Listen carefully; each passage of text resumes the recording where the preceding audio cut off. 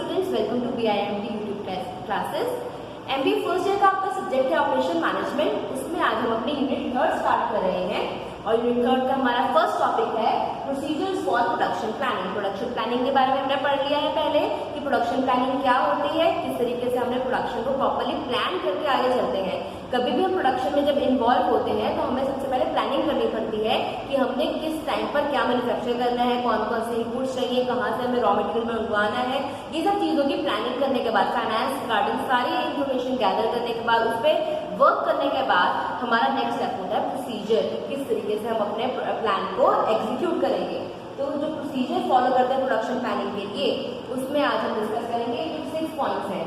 First is planning, then routing, then scheduling, then dispatching.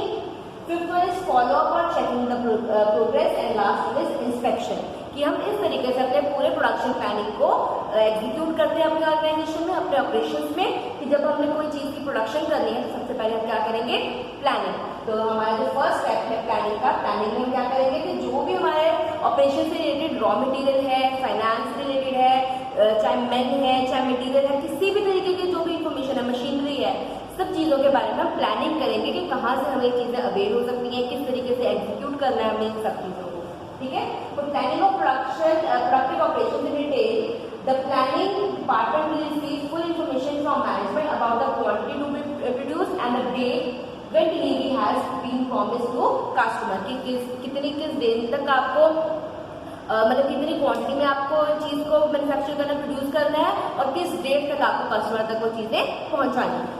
Next step is routing. Routing क्या होता है? Routing involves the determination of the path that work shall follow and the order in which various operations will be carried out. The objective of routing is, मतलब routing क्या होता है कि आपने एक स्ट्रक्चर, एक मतलब एक ले ऑफ बनाना होता है, पाथ बनाना होता है, डिजाइन करना होता है कि इस तरीके से आपका जो प्रोडक्शन है वो एग्जीक्यूट होगा। पहले ये काम होगा, देन ये प्रॉपर एक पाथ आप उसे शो करेंगे अपनी प्रोडक्शन टीम को कि इस पाथ से क्रॉस होकर आपको अपना सारा वर्क कंप्लीट करना है। तो जो ऑब्जेक्टिव होते हैं रूटिंग के वो क्या होते हैं? Find out the best and cheapest sequence of operation. While preparing the route card, it must be kept in mind that machines in the plant are operated at their full capacity and manpower and other facilities are best utilized. कि जब भी आप routing plan करते हैं तो आपने ये देखना है कि आपकी मशीन्स पूरी यूटिलाइज्ड है अपनी फुल कैपेसिटी के साथ, और जो भी वहाँ पे मटेरियल और मैन रिक्वायर्ड है वहाँ पे अच्छी तरीके से उन्हें वहाँ पर इन्वॉल्व किया गया है। नेक्स्ट हमारा है शेड्यूलिंग। शेड्यूलिंग क्या होता है? Scheduling is the determination of time that should be required to perform each operation and also the time necessary to perform the entire series as routed, making allowances for factors concerned. कि scheduling means आपने schedule proper तैयार करके रखना है कि जो आपको root provide किया गया है कि इस रूट से होकर आपने अपना वर्क परफॉर्म करना है, उसे आप कितने ड्यूरेशन में कंप्लीट करेंगे। ठीक है। शेड्यूल का मतलब है कि आपने एक ड्यूरेशन सेट करनी है कि इस ड्यूरेशन के अंदर आपको ये एक्टिविटी परफॉर्म करनी है। जो हमारा नेक्स्ट है इसके बाद लोडिंग। लोडिंग क्या होगा? Loading involves assigning jobs to work centres and to various machines in the work centers. If a job can be processed only on one machine, no difficulty is presented. However, if a job can be loaded on multiple work centers or machines and there are multiple jobs to process, the assignment process becomes more complicated. Loading means आपने जो work करना है उसे machine पर आपने execute करना है, load करना है कि काम अच्छी तरीके से होता है। अगर तो आपको सिंगल मशीन पे ऑपरेट करना है तो इतना कोई डिफिकल्ट टास्क नहीं होगा, लेकिन अगर आपको सेम वर्क को डिफरेंट मशीन्स पे आपने एग्जीक्यूट करना है, लोड करना है, तो उसमें आपको थोड़ा सा कॉम्प्लिकेशन आ सकते हैं उस प्रोसेस में। ठीक है। The two approaches are used for loading work centers are infinite loading and finite loading. Infinite and finite loading में क्या होगा? With infinite loading, jobs are assigned to work centers without regard for capacity of the work center. कि आपको job assign कर दी जाती है, आपकी capacity क्या है वर्क सेंटर की, इसकी और ध्यान नहीं दिया जाता है। Priority rules are appropriate for use under the infinite loading approach. Jobs are loaded at work centers according to the chosen priority rule. This is known as vertical loading. Vertical loading होती है जहाँ पर आपको work assign कर दिया गया है, ये देखे बिना कि कितनी कैपेसिटी है, क्या है, बस आपको वर्क कंप्लीट करना है। ठीक है। इसे वर्टिकल लोडिंग बोलते हैं। और फिनिट लोडिंग में क्या होगा? फिनाइट लोडिंग में it projects the actual start and stop times of each job and each work centre. Finite loading considers the capacity of each work center and compares the processing time with that process time does not exceed capacity, कि आपकी capacity से जो आपका process time है वो exceed ना करें। आपको विद इन द अपनी कैपेसिटी के अंदर ही आपको काम परफॉर्म करना है। आपका रिकॉर्डिंग टाइम, किस टाइम पर आपको वर्क असाइन किया गया और कितने टाइम में आपने वर्क को कंप्लीट किया है, ये सब चीजें प्रॉपरली रिकॉर्ड की जाती है और इसे हम क्या बोलते हैं, हॉरिजॉन्टल लोडिंग। वर्टिकल लोडिंग में आपका वो भी हमने पढ़ लिया, हॉरिजॉन्टल लोडिंग भी पढ़ लिया है। इन दोनों का डिफरेंस भी कई बार आ जाता है, मतलब एज ए एमसीक्यू, और आप इसे एक बार अच्छे तरह से दोनों टर्म्स को पढ़ लीजिए। Next is dispatching. Dispatching means जब हम डिस्पैच करते हैं, अपने गुड्स को सेंड करते हैं जो कि उसके अपने कस्टमर्स तक या फिर जिन्होंने उसकी डिमांड की होती है, सप्लायर्स वगैरह के पास। Dispatching related means sending something towards a particular destination. Here it means taking all such steps as necessary to implement the program of production chalked out as per routing and scheduling steps, कि जिस तरीके से routing और scheduling में आपने steps को mention किया है, गुड्स को इस तरीके से डिस्पैच करना है, उस तरीके से आप उसे फाइनल डेस्टिनेशन तक डिस्पैच करते हैं, उसे पहुंचाते हैं वहां तक। In particular dispatching refers to, क्या होता है dispatching, procurement of necessary tools, jigs and fixtures etc. before they are actually required for the workmen, giving workers the necessary work order, instructions, drawings etc. for initiating the work. Next is जो हमारा है उसके बाद हमारा dispatching के बाद next step is follow up, यानी checking the process, कि आपने फॉलो अप लेना है कि सारा जो मेरा प्रोसेस है, सारा जो भी मैंने काम किया है according to the planning procedure हुआ है या नहीं हुआ है। Follow up is the control aspect of production planning and control. It involves taking steps to check whether work proceeds according to the plan and how far there are variances from the standards, and also taking necessary corrective steps to set things in order, कि आपने सब चीजें check करनी है कि according to जो describe standard से या प्री डिसाइड रूट था उस अकॉर्डिंगली वर्क हुआ है या नहीं हुआ है, और अगर नहीं हुआ है तो उसमें करेक्टिव मेजर्स अडॉप्ट करके उसे सही तरीके से काम को एग्जीक्यूट करना। Next step is inspection. Inspection में क्या होगा, आप इंस्पेक्ट करेंगे कि सारी चीजें सही ढंग से हुई हैं या नहीं हुई हैं, ठीक है। Inspection is a quality control aspect of production planning and control. It insures that goods produced are of right quality.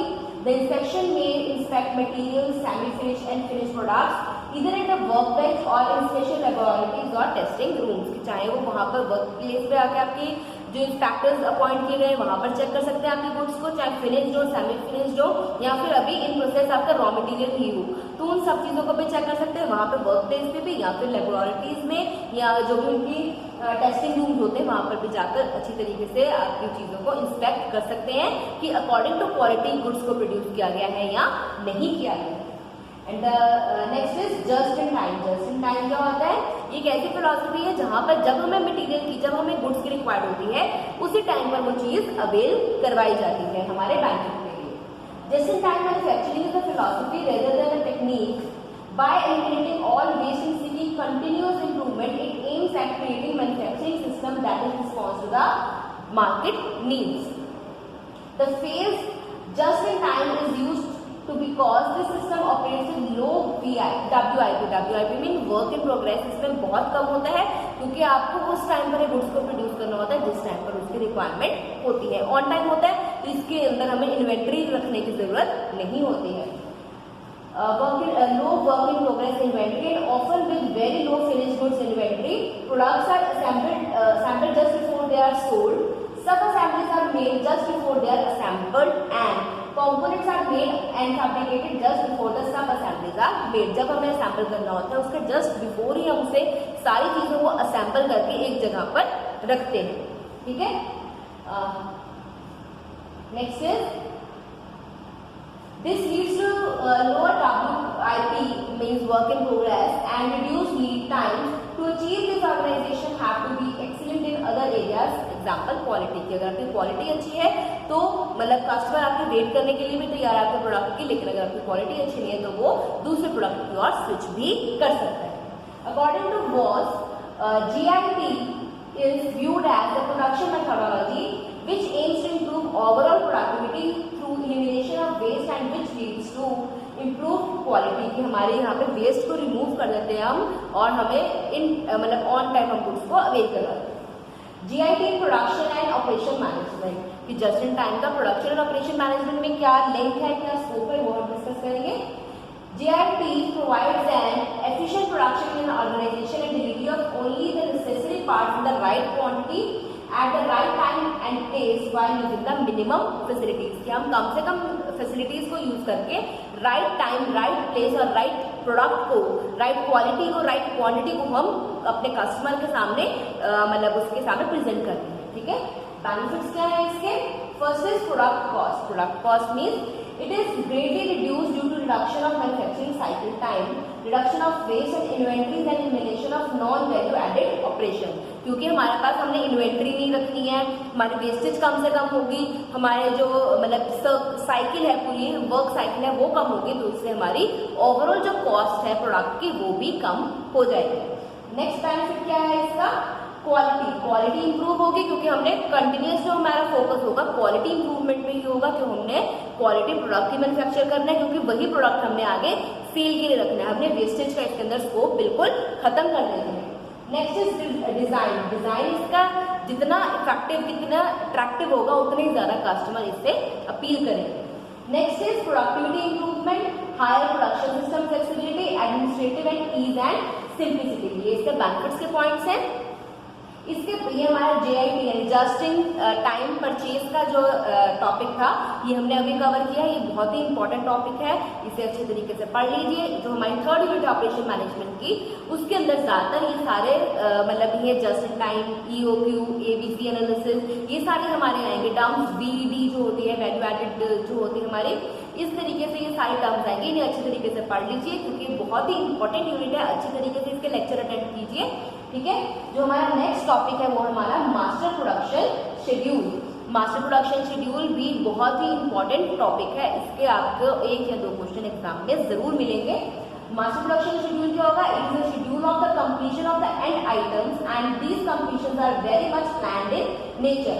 कि ये हमारा शेड्यूल बनता है जो हमारे एंड आइटम्स यानी फिनिश प्रोडक्ट के लिए हम ये शेड्यूल बनाते हैं, मास्टर प्रोडक्शन शेड्यूल, जिसमें हमने किस तरीके से फिनिश गुड्स को हमने मतलब अकम्प्लिश करना है, हमारे टारगेट को हमने किस तरीके से अकम्प्लिश करना है। Master production schedule act as a very distinct and important linkage between the planning processes.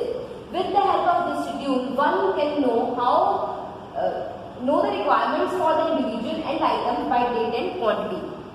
Master production schedule से आपको पता चल जाएगा कितनी क्वांटिटी की गुड्स किस डेट पर आपको आपके सामने अवेल हो सकती है। तो ये एक बहुत ही इंपॉर्टेंट हमारा शेड्यूल है, बहुत ही इंपॉर्टेंट हमारा टर्म है। It is also in management language referred to as a master of all the schedules, as the schedule provides the production, planning, purchasing and top management the most needed information required for planning and control of whole manufacturing process and operation। कि पूरे आपको किस तरीके से process को control करना है, plan करना है, उसकी सारी इंफॉर्मेशन हमें मास्टर प्रोडक्शन शेड्यूल से ही मिलती है, जिसे हम MPS बोलते हैं। शॉर्ट फॉर्म है M for master, P for production and S for schedule. ठीक है, master product scheduling plays an important role in balancing of demand with the supply that is satisfying customers according to the limits of factory and suppliers base. कि supplier से आपको किस तरीके से मतलब सामान मिल रहा है और किस तरीके से फैक्ट्री के अपने इनपुट्स मतलब एफर्ट्स को यूज करके आप फिनिश प्रोडक्ट कस्टमर को पहुंचा रहे हो, उस प्रोडक्ट में कस्टमर को आपको मैक्सिमम सेटिस्फेक्शन, मैक्सिमम आपको वो दिखाना है, श्योरिटी दिखानी है कि कस्टमर आगे भी आपके साथ जुड़ा है।